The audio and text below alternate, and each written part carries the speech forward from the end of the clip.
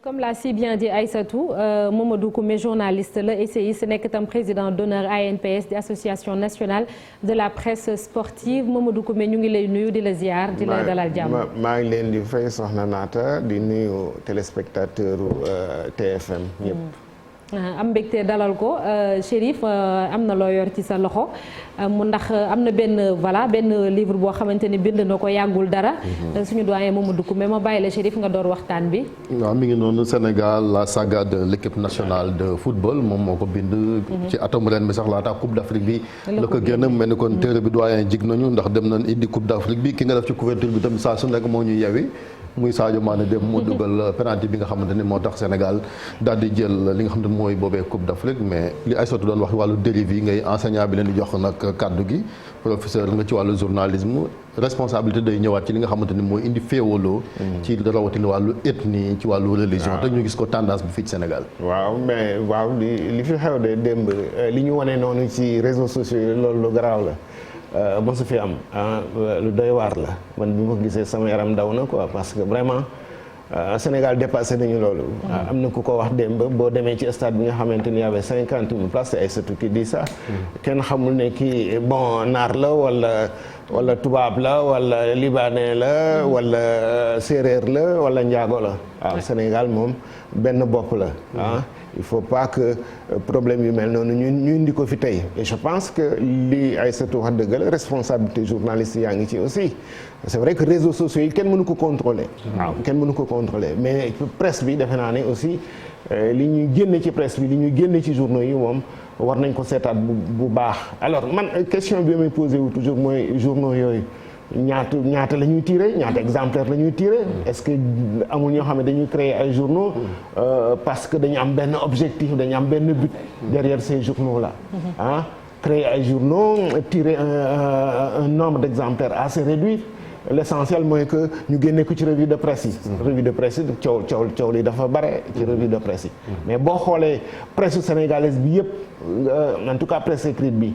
nga xool tirage bi demeewul noonu waaw mais gars yi dañuy def buzz comme ni ñu koy waxee comme génération yi léegi ni ñu ko waxee buzz la ñu def quoi dañu créer seen journal tiré ci quelques exemplaires tasaare ko ci revue de presse bi tasaare ko ci médias yi poser ay problèmes parfois de faux problèmes waaw defe naa ni journalistes yi war nañu dellu si seen xel ci loolu xoolaat ci seen liggéey bi parfois la question même que tu te poses tu te dis mais man ce métier là c'est pas le même métier que je fais c'est pas le même métier que j'ai enseigné voilà dëgg la problème na léegi nag ñu ñëwaat ci qualification Sénégal kon bi mooy ñetteelu yoon mu nar a participer ci coupe du monde ginnaaw 2002 2018 ak 2022 bi ñu nekk deux fois de suite ñu ngi koy wax démb noo dundee qualification démb bi ak prestation lu bég comme sénégalais yëpp vraiment xale yi chapeau bas seen liggéey rafet na dem nañu ba jeex qualifié nañu pour la deuxième fois pour football sénégalais football sénégalais ñoom nag fi ñu ko jëlee ak fi ñu ko yóbbu sore na parce que Sénégal boo xoolee bu baax footballam avant ay désillusion la c'est-à-dire ay échecs yu bare la mais bi ñu jógee ci foofu ay accessit lañ doon am c'est-à-dire daawuñu gagné peut-être ci podium bi la ñuy nekk boo fàttalee ko 2002 2019 mais ren ñoom gagné nañu qualifié nañu pour la deuxième fois coupe du monde te boo xoolee loolu sax xool sous-région bi léegi Sénégal bon Côte d'Ivoire dem na coupe du monde 3 fois Sénégal day dem coupe du monde 3 fois comme Égypte ni mu demee coupe du monde 3 fois comme Afrique du Sud ni mu demee coupe du monde 3 fois te ci xale yi la parce que boo gisee ossature équipe bi ñoom ñoo qualifié woon coupe du monde 2018 ñoom Kouyaté ñoom Sadio ñoom Gana Gueye ak yooyu tu vois donc ñoom vraiment yóbbu nañu footballu Sénégal déjà fu sore bon dañ leen di d'abord remercier voilà en tout cas pour ñi nga xam ne dañ bëgg sport dañ bëgg football dañ leen di remercier parce que moment yu mel ni vivre ñu ko woon ndeysaan am na ñu bare mag ñu bare ñoo xam ne dañ doon wax ne man daal avant ma génn àdduna bëgg naa Sénégal gagné CAN benn yoon ma fekke ko te defe naa def nañ ko ren ko qu'est-ce qui a fait la différence selon vous diggante 2002 ba ñuy nekk ci podium bi 2019 ak bii nii nga xamante ne on est en train de vivre la plus belle page de l'histoire du football sénégalais. Mais je pense qu'il y a d'abord beaucoup de maturité, il y a beaucoup de professionnalisme te avancé nañu avancé nañu parce que boo xoolee équipe bu Sénégal bi équipe bi joué bi gagné CAN bi équipe bi gagné démb boo xoolee joueurs yi et club yi ñuy joué. club yu mag lañu en Europe. loolu amuñu ko woon en 2002. 2002 xoolal suñu vedette yi ci yan équipe lañ doon joué. Lens Auxerre. voilà Auxerre ak yooyu. alors que joueurs yi Liverpool Chelsea. PSG. ça veut dire que véritablement foofu aussi avancé nañu quoi. jóge nañ ci club yi nga xamante ni niveau bu modeste la ñu woon niveau bu moyen lañu léegi suñu joueurs yi ci ay club yu mag la ñuy joué. président PSG dootul club bu mag de. si PSG club bu mag la Marseille club bu mag la PSG club bu mag la. président bu ñu xoolee li nga xam ni moom la xale yi réalisé ci at mi. muy jël coupe d'Afrique des nations qualifié waat coupe du monde dafa mel ni que maanaam ñoom dañu bind page bu gën a rafet mais c'est toute une histoire est-ce que du ne que dañu jàngat ci suñuy frustration suñuy échec ba tey jii ñu récolter li nga xam ni moom la ñu récolter aussi bien dirigeant que footballeur. waaw je pense que expérience bi am na mais aussi stabilité bi moom lu am solo la boo mënee def benn équipe boo xamante ni dinañ yàgg jouer ensemble mais aussi je pense que dirigeants yi aussi ñoom ñoo fi nekk depuis quelques années. am na yu bare yoo xamante ni bon léegi maîtriser nañ ko boo jëlee logistique bi intendance bi yooyu yëpp maîtriser nañ ko te loolu lu am solo la dans la préparation d'une équipe qui va en compétition. mais je pense que c'est surtout xale yi dañu progresser suñu football dafa progresser boo gisee génération foot jàmbaar li ñu liggéey parce que ñoom tamit ñoom ñoo def formation bi voilà ñoo jël relais les anciens clubs Jeanne d'Arc Jaraaf Gorée ak yooyu ñoom ñoo jël relais yi former ay joueurs yi dem en Europe mais aussi mu am binationaux yi nga xamante ni gis nañ ne footballu Sénégal yi am na fu mu dem ñoom tamit ñu nangu ñëw jouer sénégalais yi bu ñu leen woowee ñu ñëw parce que dañu naan Sénégal léegi avancé nañu am na loo xamante ni nit ñi liggéey nañ ko lu dëgër donc mën nañu ñëw parce que avant am na ñoo xam ne ñu bari dañu daa hésiter waaw defe naa loolu yëpp c'est un contexte c'est un écosystème qui a été créé. waaw professeur di fàttali ne bi ñuy jël sa téere bi ci bonne feuille de la rédaction amoon nañ benn point bu ñu évoqué woon mooy la violence dans le sport am ay quelques scènes yu ñu évoqué démb également ak li xew Nigéria loolu ban lecture nga ci def gisoon naa ne ñëwoon nga ci largement à travers ouvrage. waaw loolu aussi bon lu doy waar la c'est-à-dire que football mënul ànd ak violence sport mënul ànd ak violence je pense que dañ ko war a jéem a maîtriser waaw te loolu bon je pense que responsabilité dirigeants yi la responsable force de défense et de sécurité démb par exemple bi ñu demee ba nga xamante ni egsi nañ ci tir au but je pense que quand même sécurité bi waroon nañ ko gën a mën a assurer ci biir gars yi waroon nañu mën a dugg assurer sécurité ci biir parce que foofu la woon ce qui est sûr c'est que bu Sénégal gagné public bi dina jéem a wàcc ci biir terrain bi li am Nigéria aussi bon gis nañ ko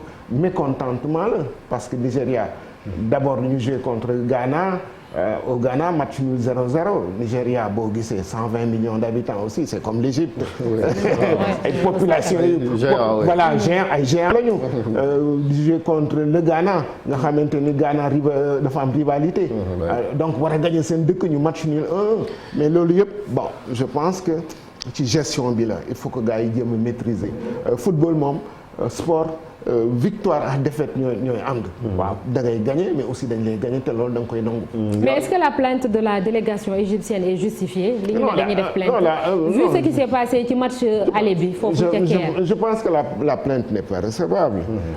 bon léegi ce qu'on regrette une fois encore mooy li nga xamante ni xewoon na le Caire. foofu la commencé. absolument ensuite ñëw fii Dakar xale yi def ko je pense que force de défense et de sécurité jéem nañu même. paraît-il bon essayer contrôler affaire boobu bu kenn dugal ay laser bu kenn dugal yenn produits mais mënuñu ko là aussi je pense que il faut que ñu gën ci liggéey voilà pour que am objet yoo xamante ni warul dugg ci biir stade bi waaw am ni stade bu rëy stade bu mag vraiment boo xamee ni aujourd'hui c'est à la hauteur de la dimension de notre football en tout cas au niveau de l'équipe nationale war am na mesure yoo xamante ni war nañ ko mën a jël aussi sur le plan de la sécurité. mais président mujj fenn plainte bi. non je ne pense pas je pense que aussi bien que égyptiens yi que sénégalais yi FIFA mën na leen amende pour ce qui s'est passé au Caire et ce qui s'est passé à Dakar. et puis Sénégal président bu ñu xoolee ñun ci suñu taarixu football yàgg nañu dem bitim réew ñu ñuy teg ay fitna. yaa ngi fàttaliku bi ñu demee Nigéria xaj yeeg fas yi ñu boole lool. bi ñu demee ñoom Mame Biram Diouf barki Dembo Ndiaye bi ñu demee Caire. éliminatoire ñu boole leen ak ay xaj ci camp d'entraînement yi donc yooyu yëpp ñun eggaguñu foofu mais c'est bien d'alerter aussi. Absolument. Pour que ñu bañ a sanctionner suñu stade comme li fi amoon Léopold Senghor. Absolument loolu li nga wax lu am solo la il faut que ñu garder la raison il faut que bu affiche yu mel ni bu match yu mel ni amee ñu jéem a maîtriser aspect boobu c'est tellement important et il faut que ñu développer culture sportivité ak culture fair play parce que une fois encore sport dañ lay gagner da ngay gagner. waaw à votre avis ban public bi participer na ci victoire parce que gis nañ quand même gëmoon na ni gars yi mën nañoo dem ba. oui bon entraîneur bi laajoon public bi ñu ñëw parce que nee na sax ku am costume. ku am costume bul ñëw wala simil ko sa costume sol maillot comme El Hadji Malick. waaw bon je pense que effectivement démb public bi je nañ seen rôle vraiment bon il y avait 50 000 personnes et puis bon bu amee ay débordement du ci ñëpp parce que 50 000 personnes bu doon ñëpp ñooy def loo xamante ni waruñu ko def. kon match bi neneen lay demee quoi. d'accord léegi ban regard nga def aussi ci 5 yi war a représenter Afrique on a vu que Afrique subsaharienne heureusement que au moins am na ñett Cameroun qui crée. waaw xam nga li bi ñu joué match aller yi gars yi dañu doon wax ne équipe bu Nord Afrique yi. ñoom ñoo jël ascendant bi ci équipe bu Afrique subsaharienne. waaw bon parce que bi ñu joué match aller bi gars yi dañu doon y aura 4 équipes qui vont se qualifier. les 4 et Égypte loolu moo doon pronostic même boo déggee média français yi nga xam ne ils s'intéressent au football africain loolu lañ doon wax. ensuite di ñëw. Ça s'est renversé. léegi presque égalité la. même Mali mënoon na qualifier. voilà même Mali mënoon na qualifier. il y a 3 équipes de l'Afrique subsaharienne ak 3 équipes du nord de l'Afrique. mais boo xoolee équipes yooyu yëpp xool joueurs yi fi joué ñu bare ils sont des professionnels ñuy jouer au niveau européen pour la plupart football bi mondialisation la. mondialisation la loolu moo tax ne ñun dinañ dem coupe du monde mais on n'a aucun complexe à se faire à la coupe du monde parce que joueurs yi muy ñoom Sadio Mané muy ñoom Mendy muy ñoom Gana Gueye il joue contre les Ronaldo il joue contre les Neymar et tout ça donc waruñu am benn complexe. est-ce que jàpp nga ni cette fois-ci quand même dinañ dépasser Afrique au moins kabu quart de finale. mais mën nañ ko bu ñu ko gëmee mën nañ ko parce que am nañ équipe yoo xamante ni véritablement mën nañu jouer contre ces équipes gis ngeen barki démb Côte d'Ivoire joué contre France. France gagné na ko 2-1 mais match bi c'était un match très équilibré. mënoon nañ dem match nul Côte d'Ivoire mënoon na gagné. kon nag il faut que ñu gëm ne mën nañu. mais président ci match Côte d'Ivoire France boobu gis nañu même Didier Deschamps mu ne c'est dommage que équipe bu mel ni Côte d'Ivoire par exemple bokkul ci ñi qualifié ak lu ne mel ba ñu wax ni système bi nga xam ne wala formule bi ñuy defee éliminatoire yi en Afrique war nañ ko xoolaat parce que dafa métti trop. absolument wax na dëgg parce que boo jëlee lu mat comme une quarantaine d'équipes 5 qualifiés ci. loolu doy na waar quoi c'est-à-dire une équipe sur 8 nga jël Amérique latine 10 équipes. 4 et demi ñooy qualifiés c'est-à-dire il y a 4 qualifiés ensuite am na kenn koo xam ne dañ koy repêcher mu dem jouer contre asiatique yi. ça veut dire que ñoom am nañu 5 places sur 10 équipes rek. nga jël Europe mais je ne sais pas il y a. c'est taille la part du lion. c'est taille la part du lion. voilà alors que donc aujourd'hui war nañu xoolaat distribution. war nañu xoolaat distribution. de toute façon 2022 bi mooy. ñu ne Europe 13 lañ am c'est ça. 13 waaye yaa ngi doon wax sànq ci équipe africaine yi mais ñoom ñëpp ci mondial bi passé daanaka kenn jàllu ci premier tour bi. bon loolu yëpp aussi ci préparation bi la je pense que ci préparation bi ci gëm ne war nañu mën a dem fu sore aussi loolu la quoi bon c'est vrai que depuis bi coupe du monde bi amee il y a 3 équipes qui ont joué les quarts de finale Cameroun Sénégal ak Ghana mais war nañu mën a dépasser loolu war nañu mën a dem demi-finale ñun 2002 bu ñu ko gëmoon waroon nañu mën a dem au moins dem.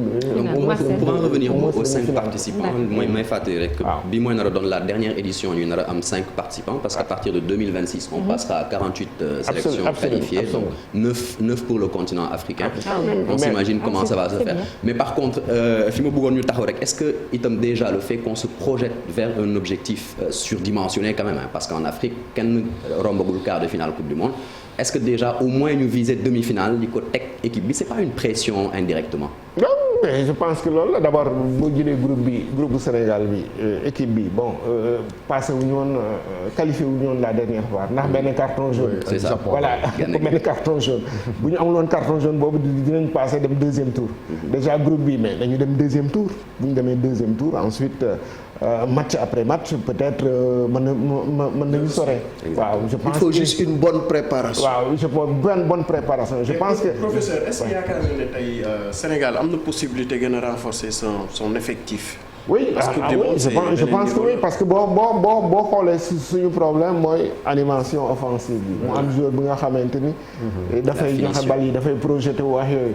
bon ñoo ngi seet il est question de Sofiane Diop un joueur qui peut être sénégalais et marocain defe naa yaay ji marocain la papa ji sénégalais la quoi. ak français aussi voilà qui est français aussi qui joue en équipe de France espoir gaa yi koy xool je pense que oui mën nañu renforcer suñu équipe je pense que équipe bi ku mel ne Crépin aussi il a manqué. Crépin exactement fii ak mondial bi am na boobu am na yooyu qualité quoi. qualité offensive quoi. faire jouer ses partenaires et tout ça. dafa gaañu woon donc bu revenir je pense que à ce niveau là. mën nañu renforcer. race d'attaquants yu mel ni Jules Bocandé ak ñoom seen dafa mel ni aussi manqué nañ ko on n'a pas de tueur devant président. waaw absolument il faut avoir des buteurs. Mais je pense que xale bu mel na Ismaïla Sarr boo xoolee démb moom il a manqué de rythme dafa gaañu woon mais c'est quelqu'un boo xamante ni il a eu 3 occasions voilà il est très valable il marque il s'est beaucoup amélioré je pense que bu s'il retrouve sa forme physique optimale atout pour Sénégal la quoi. bien sûr avec ça. président seetlu nañ tamit ni 5 équipes africaines yi qualifiées yëpp 4 yi ay entraîneurs locaux lañ am dafa mel ni expertise locale bi moom elle a le vent en poupe jamono ji si on peut le dire comme ça Maroc kese moom moo ci am. entraîneur étranger. am nañu benn mag bu tudd Jo Diop buy wax doomi réew mooy tabax réewam. je pense que loolu lu am solo la. parce que joueurs yooyu entraîneurs yooyu ñu bare ils ont joué avec aujourd'hui ceux qui entraînent les équipes de France. voilà ñi entraîné équipe de France Deschamps bon il a joué avec ñoom Marcel Desailly ak ñooñu. j'estime que ñooñu war nañu mën a entraîner seen équipe nationale. quelqu'un comme Song qui a fait 4 coupes du monde.